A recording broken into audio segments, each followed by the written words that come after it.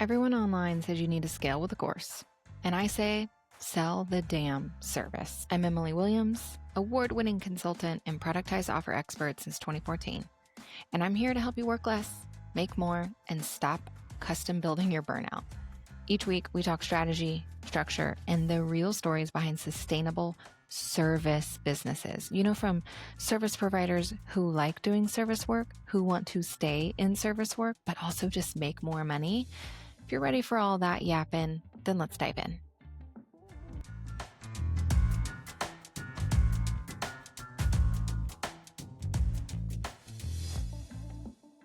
All of your little plushies back there are so cute.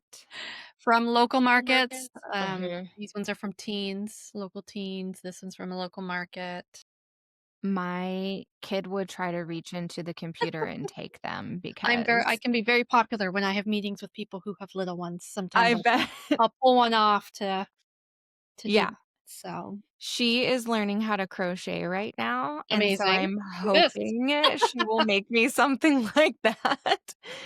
Yeah, we're in the, she just makes, this very, very long, single line crochet that because she doesn't know how to build upon it Yep. yet, so it's just one line, but I'm Yep. like, "You know what? We'll start with that." So, just a bunch We'll of start. snakes around my house. Yes. Yes. My kids used to when they would learn how to knit and the little knitting machine thing, the handheld thing. A lot of stuffies have scarves. Yeah, oh, yeah, yeah, yeah, that's what Little it's, scarf. bracelets, hair Yep. ties, necklaces with a buckle. She's incorporating a buckle clasp these Smart. days, so that's cute. Yeah. We're Love doing that. a handmade crafty holiday season, and so I was like, "You gotta Ooh. get started now on Yeah. what you wanna make for people." Smart. That's what you gotta do. Yeah.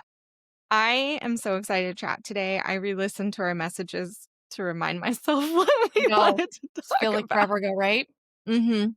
And, I don't know if you've been on Threads yet today, but I've been very grouchy today and been very sassy, I feel like. I rewrote my entire sales page and then sent it to a friend and was like, "Is this, cute bold or, rude bold? Like, where are we at in this I can't line?" see it right now.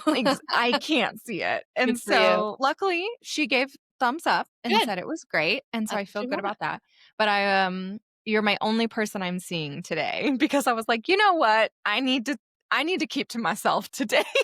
Well, if it makes you feel any better, I'm super cool about that. All good. If you Yay. feel like you're starting to feel it, I understand. Yeah. I understand.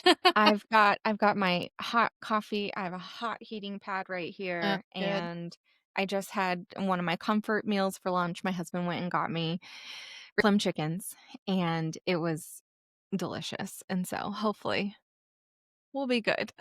Find that moment. I am loving the podcast Yay. as a listener. Good.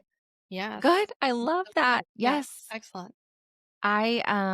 It's always so funny because it's like I can sit here and yap and yap and yap and want to talk to all the people. And then it's like, okay, I have to actually go remind people to listen to it and Yeah. tell them that it exists and It's how they funny how can that listen. works, right? I know. I know.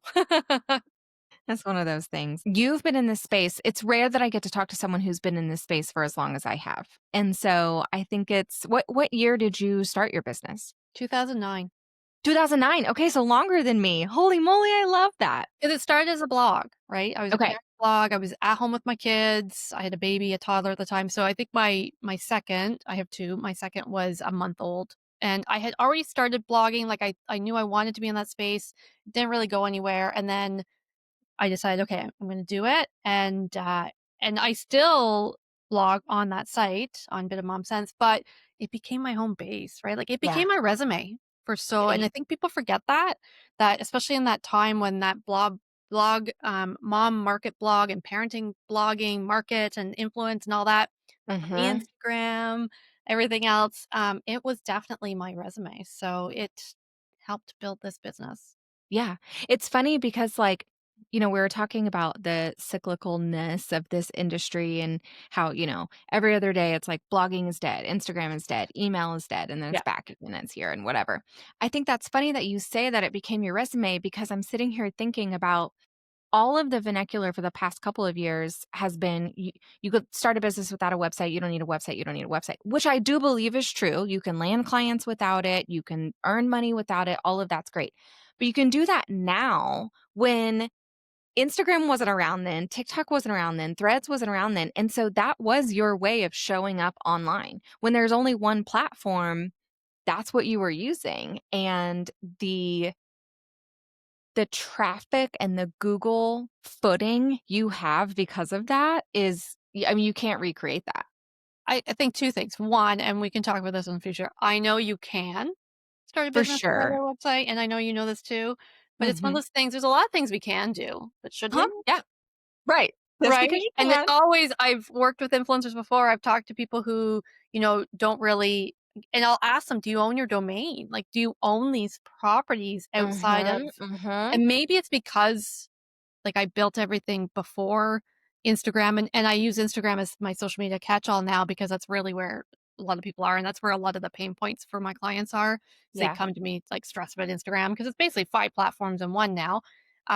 So Literally. we had that footing before, and then when Instagram came, we could just kind of adjust it and never relied on it the same, whereas people starting to when you start and you rely on it, of course, that feels like it will stay like this forever, and this is the thing that we'll Yep. use.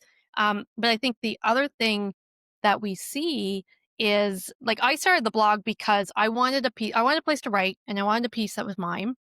I didn't know it was going to become a business like the way I've branched out into content strategy and content management and working with small businesses.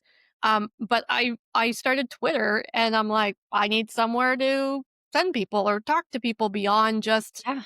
and I think my first tweet was literally about lunch. Like, it was so that old adage, right? "Oh, we wanna Yep. see your breakfast photos." I think that's what mine was, and so there was this time, before Twitter became what it is now, which I don't use anymore, um, there was a time when there was so much community being built there, but then we still wanted to send people to a place that was ours. Yes. So we always our foundation for a lot of us who have been around for this kind of length of time, the foundation really is in those websites because that's how we started. Yeah. Yeah. Well, and it's funny because I don't know if it's because I'm part old school, part I definitely wanna own the thing and I get excited about it, but truly any time and I mean, I feel like a lot of us have owned our plethora of domains, but, like, any time where it's like, "Okay, I wanna start something," the first thing I do is buy the domain. The very first thing, 'cause I don't know what it's gonna be, and, like, you can spend $11.99 and kind of reserve that for yourself, and then you have a year to decide. Like, usually you just buy a year license of it, but you own that and you get it. I don't there hasn't been a website that or a business that I've had that the first thing I did wasn't domain and then website. And even if it's a one pager, even Yeah. if it's just directing other people somewhere else, but the not only because you don't know what other platforms are gonna do, but to have a home base, to be able to stake your claim in the Google traffic land of places is really important. And I think, um, I know as someone who, because I co-founded a business with someone in 2015, and so I had a website prior to that for about 4 years that I let go when we joined forces. And that domain and that website existed well, it still exists today, but from 2015 to today, and when I left that company, I don't have that traffic anymore. I don't have that credibility. I don't have that Google authority and the web authority and brand and content that that site has, and I can't recreate that anytime soon. I mean, I think, at some point we're in the process of moving from 7.0 to 7.1 on Squarespace, and so we're going through the process of moving all of our old blogs, and I mean, it was 1,500 blog posts or something ridiculous. And I'm like, "Oh, yeah, I don't th not anytime soon will I have that amount of content footing anywhere else." That's it, and it builds and I think part of the issue is that because 'cause I'm still seeing I'm and that's the benefit I have is that I have had these spaces that I've owned for 16 years, and Yeah, I do still see, when I get media requests, they're coming from that's the platform.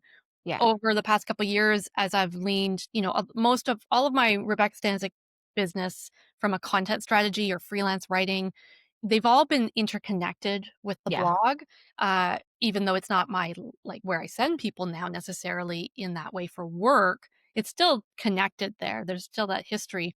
So when I try to lean more into, and I'm just going through the process of doing all that and having it updated, it took me a while to do it. I just didn't. I just had a media page and a work with me page on the blog for many, many, many years because that was just the natural place because it was still, like I said, my home base.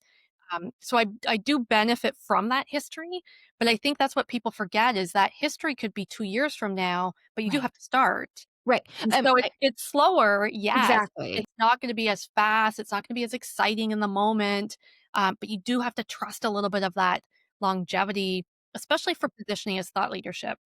'Cause it's absolutely where I get requests, referrals, media hits, Yes. newspaper, live TV, the speaking that I used to do a lot of, it came from that property. Yep. Yep. Yeah, it's a wild place, and deciding that it's worth having, I think, is important. I remember there's a, friend and a client of mine who I've known for many years, has an amazing consulting business, and all of her clients come from LinkedIn, so she has a LinkedIn profile, didn't have a website. 5, 6, 7 years. And every time I would talk to her being like, "When are you gonna go at least buy your domain? What are you doing? Like, you're using this name that, like, anyone could then just start using and direct traffic to, and it's not that you're necessarily gonna convert a client from that website, but to have that as a foundation, as your I call it your digital storefront. Like, that's, like, literally what it is. No matter what's inside your store, that's what it is. And having like carving out that space on Main Street, so to speak, with your own business is really important. And so finally, I got her to do it about 2 years ago. And I'm like, "Thank you. You don't even need to update it. Just have it. Let me help you with it. Let's put it up." And that just makes me feel better about you having somewhere where you can send people. Because what if, I mean, LinkedIn, Yeah. you don't have any say over that. All of it, but also, I mean, we're humans and people work with humans, and there's a trust issue right now. We need Absolutely. to be positioning ourselves as someone who you could trust and someone to work with. So, if you go to a website or you hear about somebody unless you get a direct referral, but if you go somewhere and you think this sounds interesting and then you have no about information, you barely get a name, only stock photos that aren't your own type thing, I think people start to hesitate now because there's so much competition from Well, and there's so non-human much sources. AI competition as And well. yes, and that's exactly so to stand out and to be unique and to have your USP, I know that you talk about Mhm. a lot, Right. to have that though, this gives you that kind of bit of information. If nothing else, one of the best things, and I work with a lot of clients who they have a website and they've been in business for a while, but maybe they don't have the blog or they don't have the long form content. A podcast would be long form right now. And Mhm. a lot Mhm. of people are leaning into that to build that trust as well. But there's those little elements, even their about page isn't updated or Yeah. having a media page. So I always recommend people have a media speaking page or, because you guest on workshop, you guest on podcasts, Mhm. you might appear in a newspaper or local TV. Um, having that's all trust. Those are all stamps of trust. Somebody else said that your thought leadership and your knowledge was going to be shared with their audience. That's really attractive to other people too. And it builds that thought leadership, that known factor. So I Yeah. think we can't discount all of that as well. We share that stuff on social, and that Right. is part of our content strategy, and we make sure that people know that we do it. We might even add it in our bio as seen in, whatever the Mhm. case is. But to have that landing page where someone can go and A, find it from searching, or B, read more about it, learn more about it, and build that, I now want to contact you. I think we can't discount that either. Yeah. Well, this is giving me a great idea because you're calling me out without realizing it 100%. This year, I decided at the very beginning of this year was gonna be like my visibility era, and Oh, I it's really so wanted funny, I'm in it too. I get it. right? I wanted to get published, I wanted to be seen, I wanted to do all the things, and I save all the links, I have them all organized in an Airtable, base for myself of when was it published, what was it about, who was I featured with, what's the link, like all of the things. Is that anywhere on my website? No. I have that banner that's, like, featured in, and it has all the icons, but I'm picturing a page of, like, literally linking up all of those podcasts and articles and everything, and I'm like, "Oh, that would be super easy because I have all the data already organized, I just need to literally put it on my site." So, I'm gonna do that. Good, make a list. Yeah, Yeah, I mean, mine's not it's just a list of places I've been great. with links, and then I have to go Just through every so hyperlink often list. because some people will, the link to that workshop closes or they aren't in business anymore, whatever the case is, and I Sure. try to keep it updated.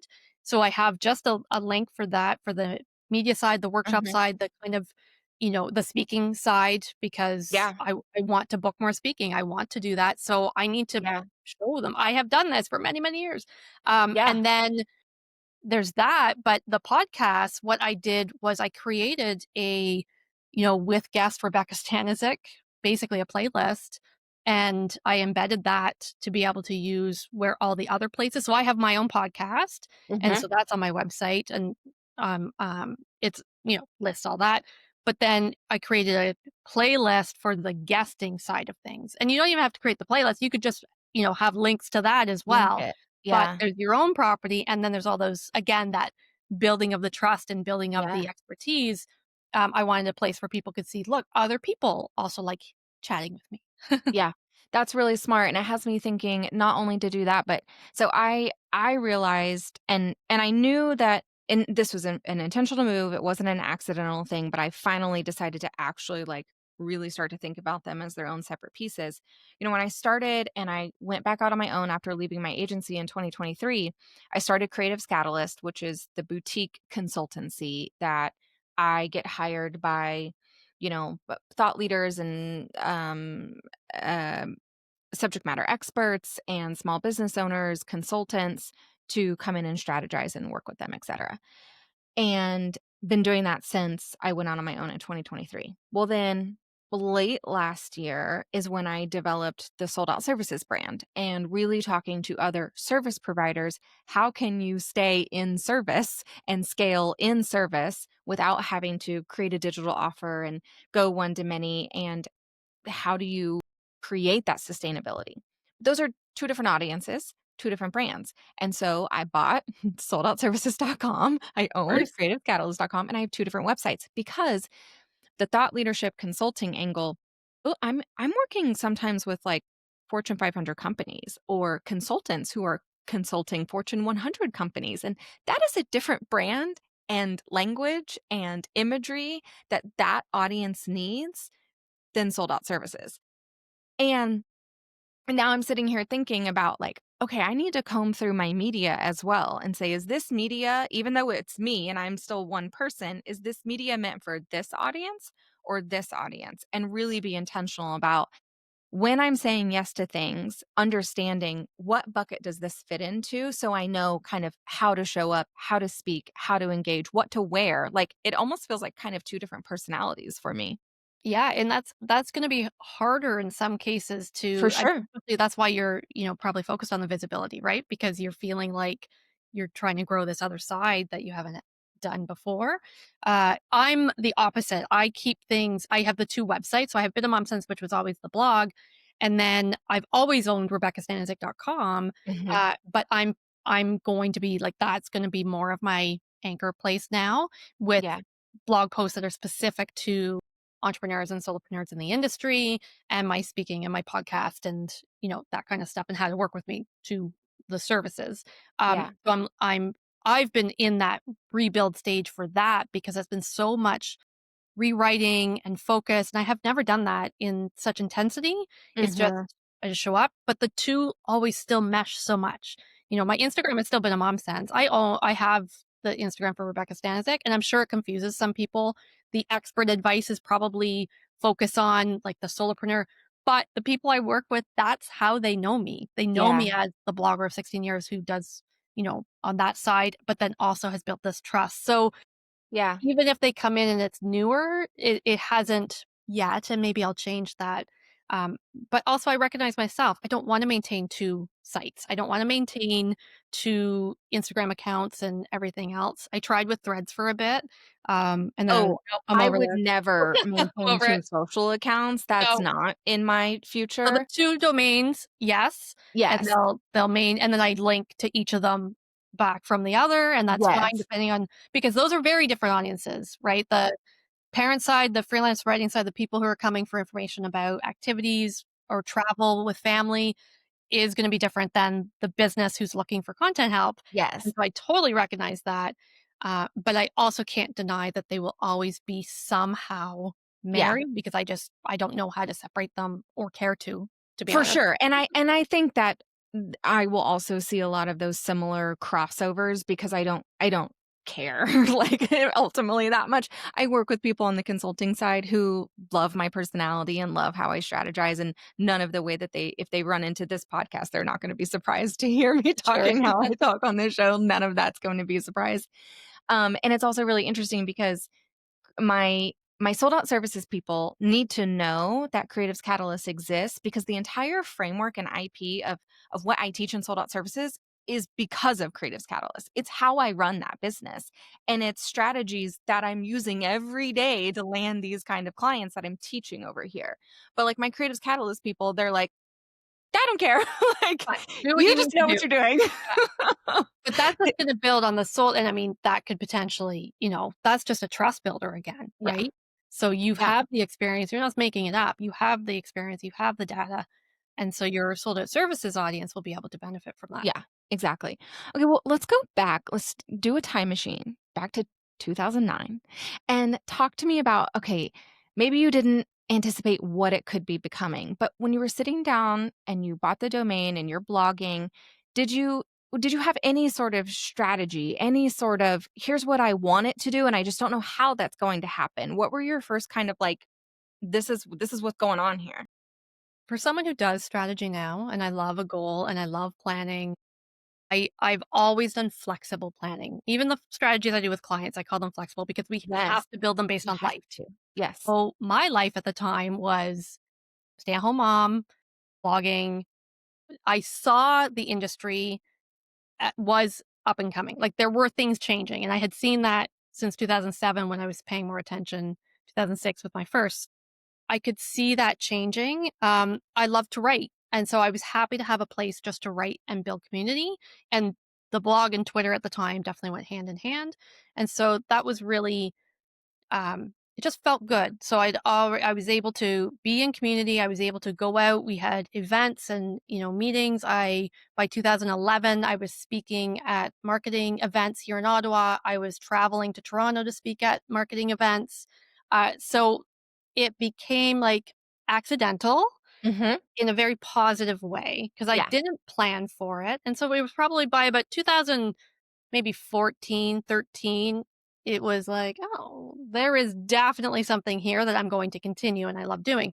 Yeah. And then, I leaned much harder into it. But for the first little while, especially until the kids went to school, probably in that Yeah. first 5 years, I was just, you know, taking time and making sure I had the time to do it and, prioritizing the time. That was a thing. I would, I'm going to write and this is what I was Were doing. you getting paid in those first 5 Not in years? the beginning. Okay. I started to get free stuff. That was like Uh-huh, the yeah. influence side of things, right? So there was like PR would start to come in, and that was amazing. Then the blog world did start to become monetized. So there were Yeah. events, there were, organizations, PR agencies that were looking for bloggers to be paid. And so then, I'd start to get a $50 campaign or Mhm. I remember the first $250 a month campaign I turned down because it wasn't for a product that like I wanted to be authentic. It just wasn't going to be me. But I remember thinking, I will never get another offer again. Like this is it. I'm saying no. This was my big break. This was This it. was my big 250 break, bucks. It and was I my said big break. And I no. turned it down. Of Yeah. course, that wasn't the case. Mm. And so then, yeah, it started to snowball. Then I was working, you know, you'd suddenly get a contract for thousands of dollars with Yeah. a brand. And then the brand stuff was kind of going along. And then I started to monetize the blog with advertising. So there was sponsorship and advertising as well, and local businesses who were lovely. I still have so much appreciation for them who, when I said I'm going to put that 250 by 250 ad on my blog, would anyone like it for, I don't know, 25 bucks maybe? Uh-huh. The local businesses who said yes, I just have such great appreciation for because they just believed in me, right? And they Yeah. believed in what I was doing. And all of So this was so new it still. was And all of us were like, yep, "What are we doing? This yep. sounds great." I'm making a couple bucks. And then I had a small business owner here in the Ottawa area who was building her business and, Twitter, social media, and blogging was up and coming in. And clearly businesses were integrating. Like Facebook pages for businesses became a big Ooh, thing, right? No yeah. one knew how to do them, but everyone needed one. And so she said, can you help my like social media manager? I said, well, I can do it between 9 p.m. and 11 p.m. because I'm with the kids the rest of the day. Because this was pretty early on, 2011 maybe. And she's like, yeah, whatever works great. And that's how I started. And so that just kind of kept going, kept going. I forget how many years ago, I started talking more on the content side, not just social, because I really believe that content is an ecosystem. It is a wholesome thing. Even when I talk about content and I talk about your homepage, that is Amen. all part of it, right? Yeah. And so I know the focus is on social, but I really try to pull it out of just that and beyond. And so that's kind of, yeah, that was the footprint of how it all began. I love that so much, and it's you know how sometimes, like, when you hear someone else's story, you get a flash of, like, "Oh, yeah, this was what life, like, was like for me then," even though, like, I haven't remembered that or thought of that in so long, and so it brought up a bunch of memories, which are just it's so funny. That was such an interesting time and place, but, I wanna share a couple of those, but before I do that, what I want you guys to listen to there and hear is that I feel like what you did really well, and I suspect that you continue to do well, and I think that it's a mark of a excellent business owner when you have this skill is to just pay attention to the next open door. That's it. It's just I'm just going to keep doing. I'm going to do what feels good to me, say no to what doesn't feel Mhm. good. And oh, this door is opening. Let's go see and explore. Let's see what blog advertisements could look like. Let's see what posting on Twitter could do for me. Let's see what making this media kit does. It is yes, sometimes these things are backed with, I'm going to do this because I hope I get this result. But more often than not, the secret is just like paying attention to the things that are presenting themselves to you and diving in if it feels good and keeping it if it feels good and is still working and ditching it if it doesn't. I think you did that really well early on as things were changing a lot. I mean, things are still changing a lot. And so I suspect that you kind of still run your strategies through that. So your strategies, I put that in quotes because it's just things that It you're is, doing. and it's opportunity. So I absolutely got better at, because again, keep in mind, I built with the kids already. So I know a lot of business owners who, build their business and then have kids. So that's a whole different adjustment because there's a Yeah. lot of Yeah, change. that's what I did. I Yeah. kind of very slowly stepped in and I had the support. My husband was working, so it was very different. So I was able to take some risks sometimes with always having a net. And it was never like a big leap. I wasn't going all in at first. So it was a very slow race and that was okay with me. Like those were calculated decisions in that Yes. way.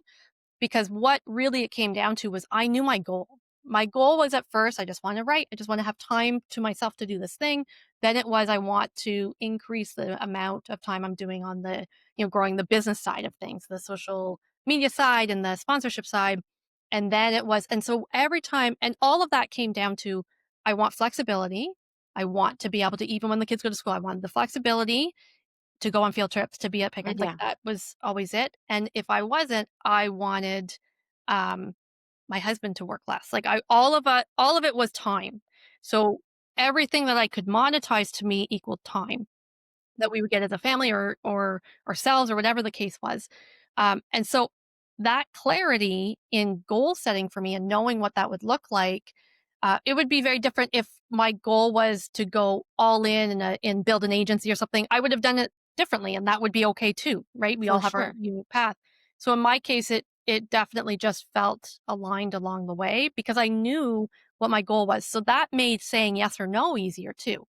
And there were times where, yes, opportunities I had to say no to that maybe I didn't want to just because of circumstances in life. Sure. And, All been everything there. happens, Mhm. right? We all have those stories where through loss, grief, health, capacity, caregiving, whatever the case Yep, is, we make those calls, and that's okay too. So give yourself grace to accept that that's it's not gonna close a door.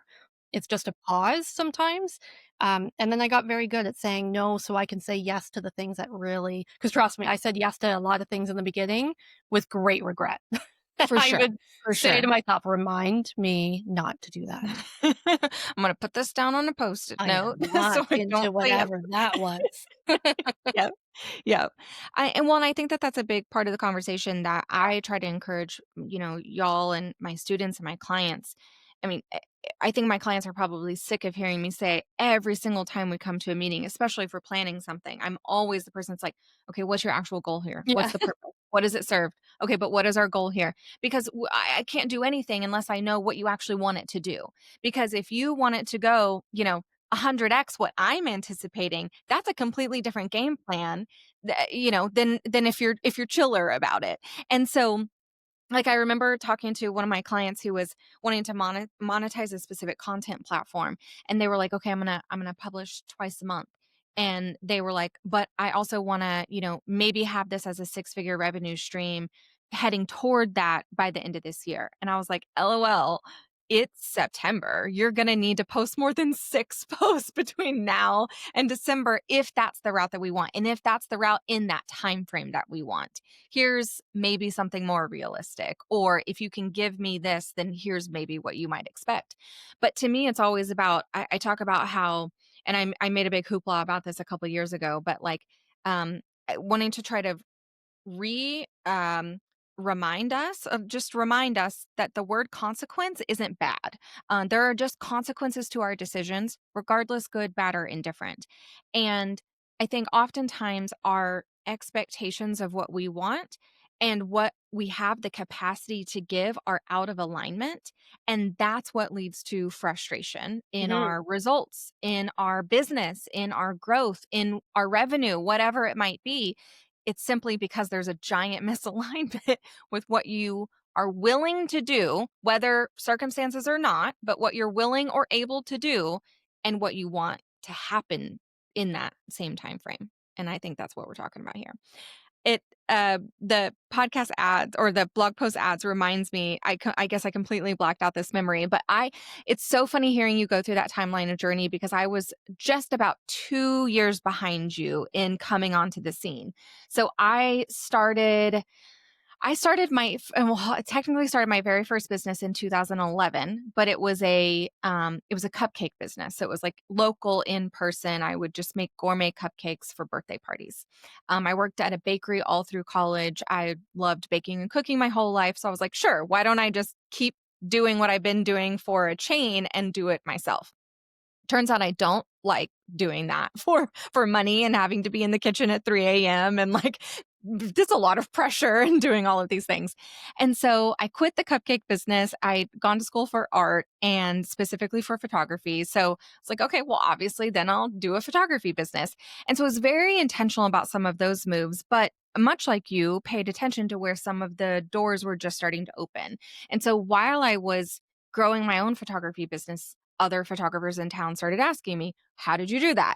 How did you do social? How did you make this thing? How did you switch to in person selling? So then I started strategizing and offering these strategy sessions.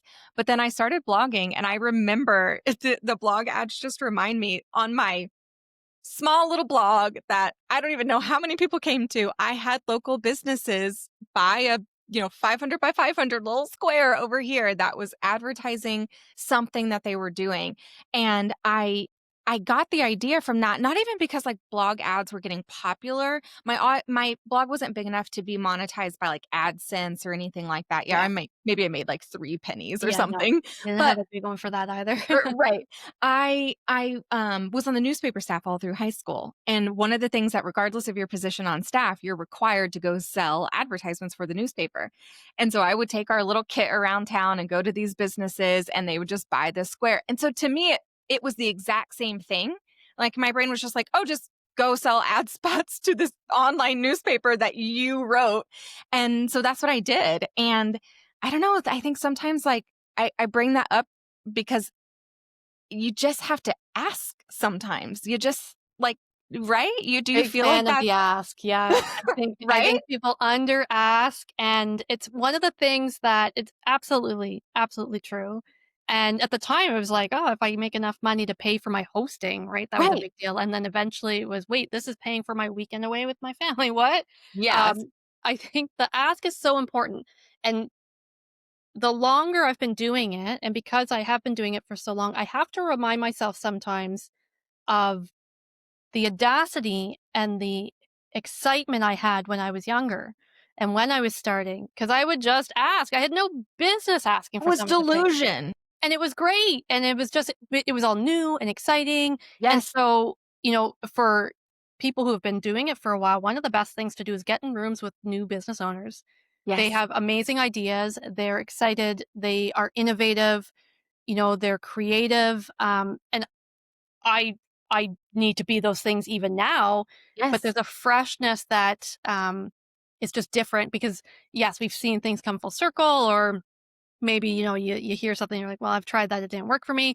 But it's still to go back and think about, well, why not just ask? And I forget sometimes that I do have some of this experience and I do have some of this history, and I treat myself as though I'm newer than I am. And I think, okay, remind yourself you can do this. You've done it before. It just looked different. It just wasn't this thing that's currently, what's happening. So I think making the ask is so huge. And so I do remind myself of that sometimes, like have that audacity, have that goal that I had, and I don't even need to compare to anyone else. It's No, literally it's just just I know comparing to I've had me. this before. Yeah. Yes. And Yes. so reminding myself that, and yes, it might feel icky. It might feel, and you might get a no, and you've gotten plenty of no's in your Mhm. time. Be okay with that. And just, Yeah.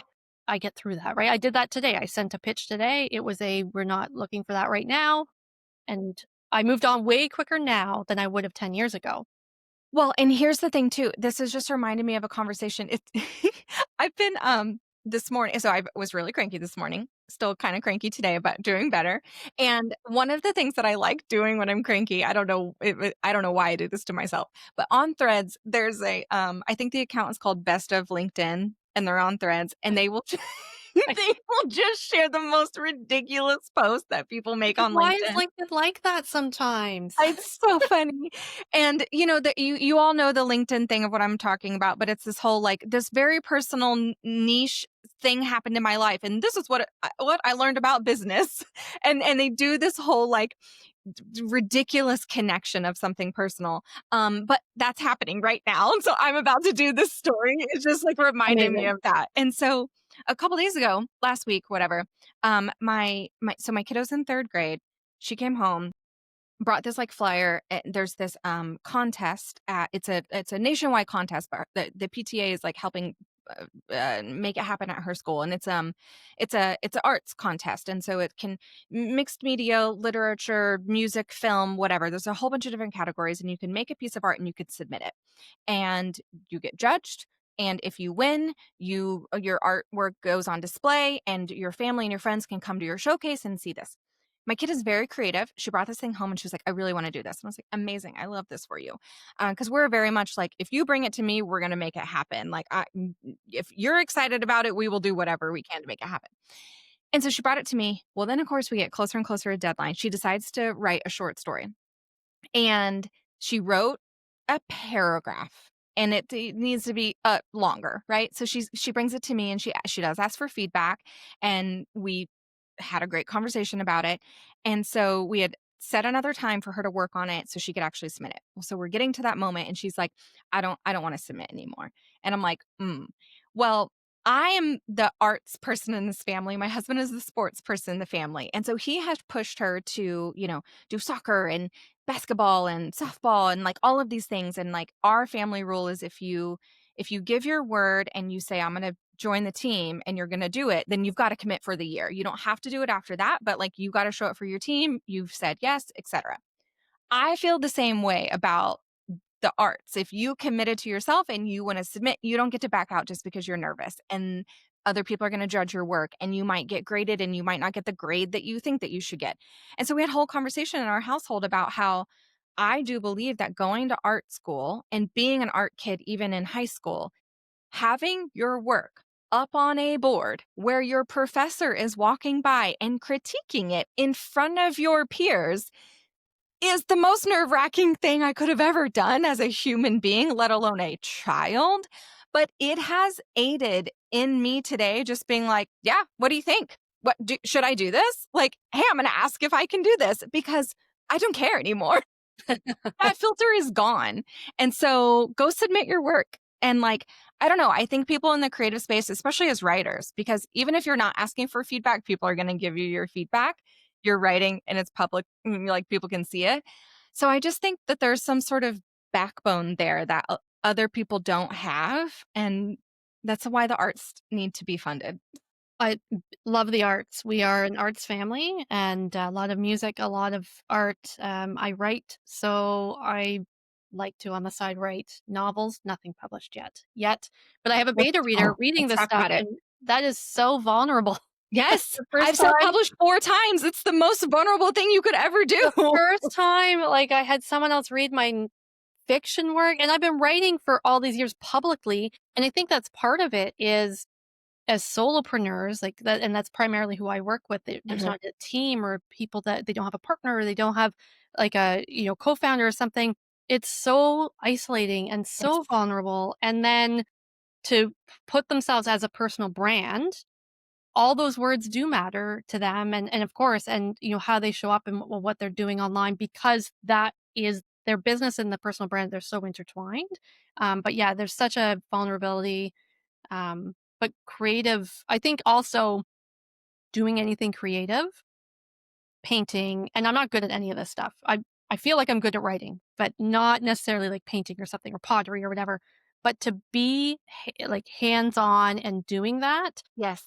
it only benefits you as a human, but I Yes. think there's a translation into your business too because that creative spark starts to come up. It just feels different. Yep. I feel like I could do an entire episode about how, when I got bored running a seven-figure business, I started a handmade earring business and ran it for 2 years until I just got bored and I was like, "Oh, this feels like a job now. It doesn't feel the fuel the creative spark anymore." But that business I ran after bedtime. So true, it was like my 8 PM to midnight business. And then I would ship on the weekends. My kiddo would help me. And it was such a fun experience. And I got to make so many cool things and make such a cool community. And it served me how long it needed to serve me. But I also learned a lot from doing that in my actual day to day business too. Like my hobbies after work, I'm embroidering, I'm painting, I'm doing a paint by numbers sometimes when I don't want my brain to have to think about something cool to create. Yes, I went to art school, but if I can do something with my hands after work or on the weekends or in my downtime, it opens up so many cool things, thoughts, energies, ideas for this job. And when I'm sitting behind the technical piece of this is made easier and better, I think, because of those aspects. Yeah. I think there's so much to be said. I like going in the kitchen, so, Yeah, cooking kind of is same, a thing. same. It's just finding those other outlets. I think also reminding ourselves that not everything has to be monetized. So it's not a waste of time if I'm in the That's a kitchen lesson I or need to know. right, and it's not, "Oh, I'm good at this, so maybe I should sell this." It's just it's part hobby. I mean, and that goes back to the roots of the blog for me because it was a hobby at first. It was and so it's very Yep, organically, but also very comfortably grown into a business, not under duress or anything, and in the way that I want it to. But I think sometimes it's just, we have to remind ourselves, okay, where are we? And if we have downtime just because we're not working on our business, that's okay. yep, it's okay. Go read. Go read a Oh, book if you that's want. Go listen I to a book, love like getting that. Yeah. Fiction, yes. go. Yes, yes, fiction. Please go read a fiction book if you are. Well, I wanted to show you this photo. This is what I have book club every month with my girlfriends and I hosted October's book club. So when you host you pick the book and then you pick like the food or whatever. And so I was summoning fall. It was still 87 degrees in Yeah, we Kansas had warm City fall. last week and that is not fall weather for me. It has finally cooled off. I think my summoning trick worked because what I did was girls, I know it's 87 degrees. I don't care. I'm making soup. And so I had 2 different soups. I cranked the air way down in the house and I was like, we're just going to pretend. But I also made a Biscoff cookie butter cheesecake. It's the Ooh, first cheesecake mm, I ever made. that And looks it was amazing. People can't see this probably, but I know. if you're You guys got to listening go to this, find the it looks amazing. it's so good. You had to go watch this on YouTube or Spotify video. It will be there.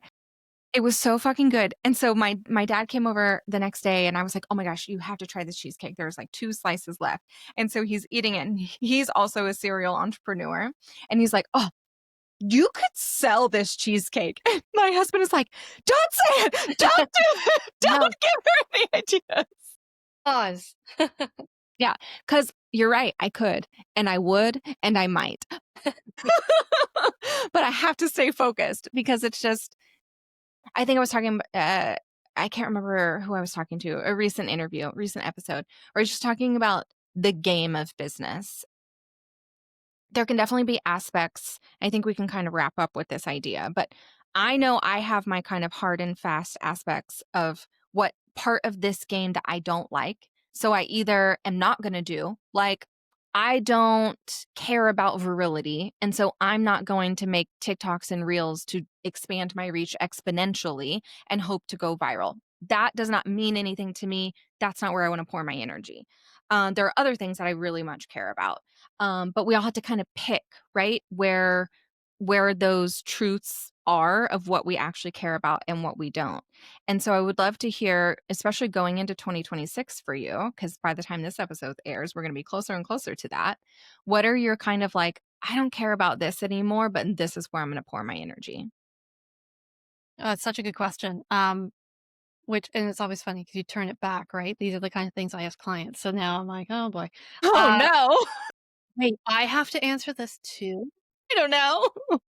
I put aside, the things I knew I didn't wanna do for a long time, like TikTok, I don't even have. I know that. I'm not even the person, like, if you need a lot of video, that's not why clients come work with me for their content. It's much more for the, like, calming approach and the Hmm. reassessment. Because really what you're saying is it's strategy, right? It's all just, like, the strategy and the tactics to fill that strategy that work for you, and I'm a Yes. big believer in that. I would say for me, I'm definitely letting go of the pressure that online tells me a lot. So over the years, that's probably been one of the biggest changes is the noise that comes at me as a primarily service. I do have some, virtual online products, but my core business is service based and it's often, very one-on-one and it's very often customized. So they're all the things that the internet for a long time has told me Well, not to you're do. not building a sustainable business then. I can't scale that. The internet loves to tell me how I should scale. And so all these things. So it's been very hard sometimes to get through that and let that go or figure out where I fit in that because I love taking pieces of strategy, from the online digital Yes. world and making it easier.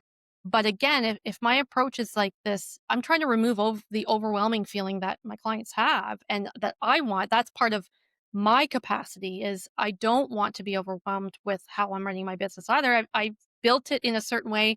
And again, going back to that goal, time and flexibility is still my number one. Like it's still my driver. Yeah. So I'm really going to try to let go of continue because I really have been doing it better this year, but let go of kind of the noise of what I should quote unquote be doing.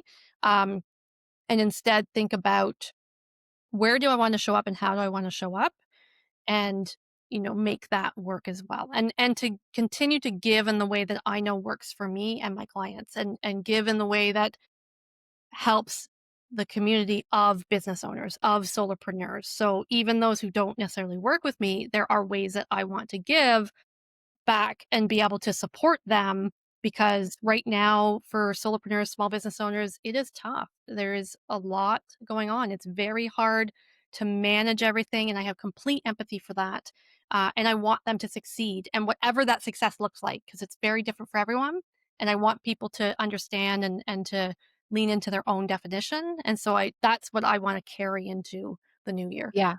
Well, because, and I guess follow up to that before we go, I guess, when you think about all the shoulds, do you, and everyone knows at this point, the whole premise of this show is to bring the conversation to service providers who want to stay as service providers and who, yes, maybe want to scale and yes, maybe want to find a more sustainable way of doing their work without having to start a completely different business, without having to do low priced offers, one to many offers. Okay.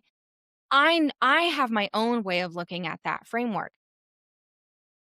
When you look at that conversation, that decision, that strategy, are you coming at it from an angle of, I know you're always after more time. That is your like thing, right?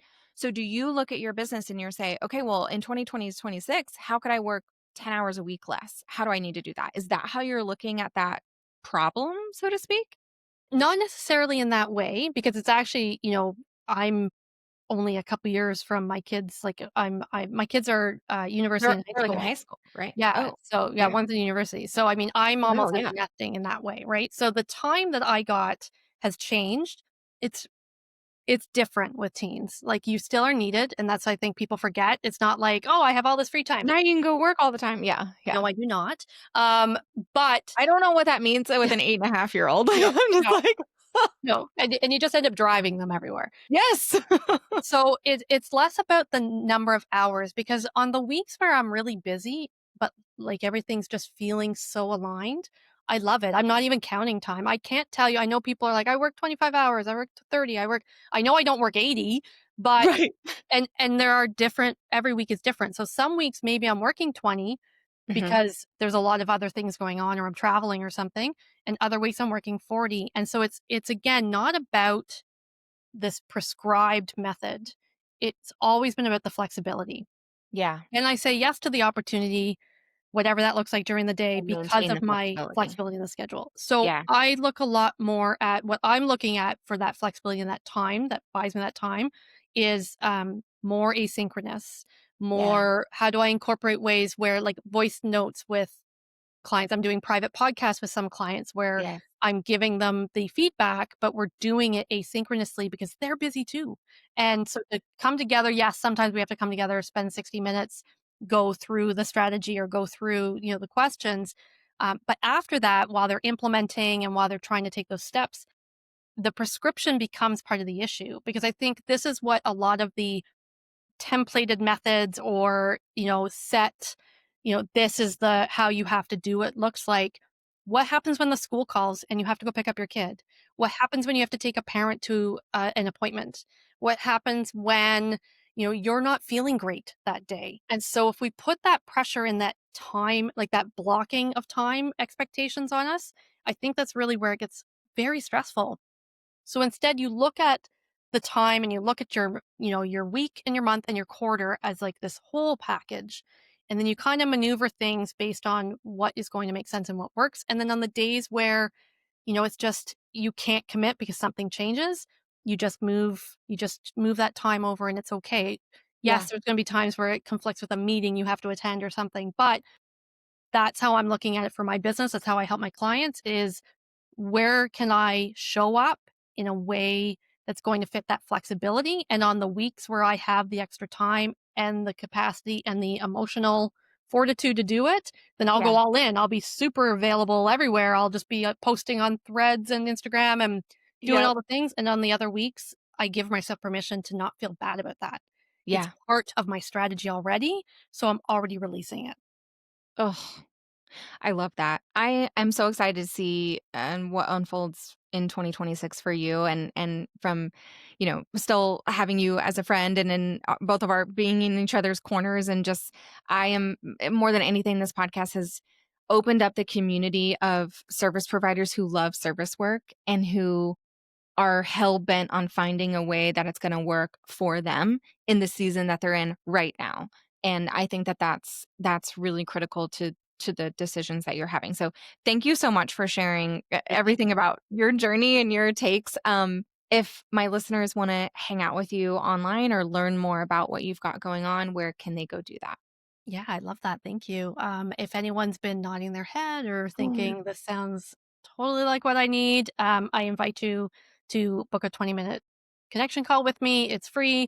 yes, I could talk about what I do, but what I will say is what I like to use those calls for, if nothing else, because I don't want to just pitch you the whole time, is I will help you figure out what to do next, what Yeah. piece of content to look at next, where is that one piece of content thing that will make the next move and it'll feel like you're taking action. And that's what I like to see. So I always give people a lot of action work to do. I'm a big fan of strategy, yes, but implementation. So please feel free at RebeccaStanisic.com to book that.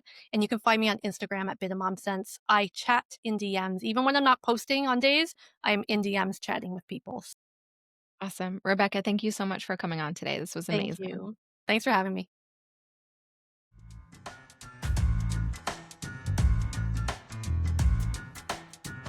Hey, thank you so much for listening to this episode of Sell the Damn Service. I'm really honored that you spent however many minutes you just did with me.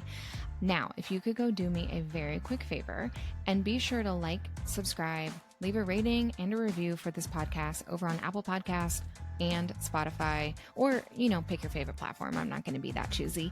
It truly means the world to me. It's how little tiny shows that are like mine, that are self-funded and, being edited in between dinner time and school pickup, it helps us get seen. It's free for you to do and takes just a couple of minutes. And I would love you forever. If I could send you an edible arrangement as a big thank you, I would. So instead, consider this giant thank you directed just at you for going to do that. And share this episode or this podcast with a friend who needs to hear it. I love ranting and raving about service-based business strategies. And, I think more people should listen to this show, honestly. So I appreciate you. Thank you so much. I really, really, really am grateful that you're here, and we will chat very soon.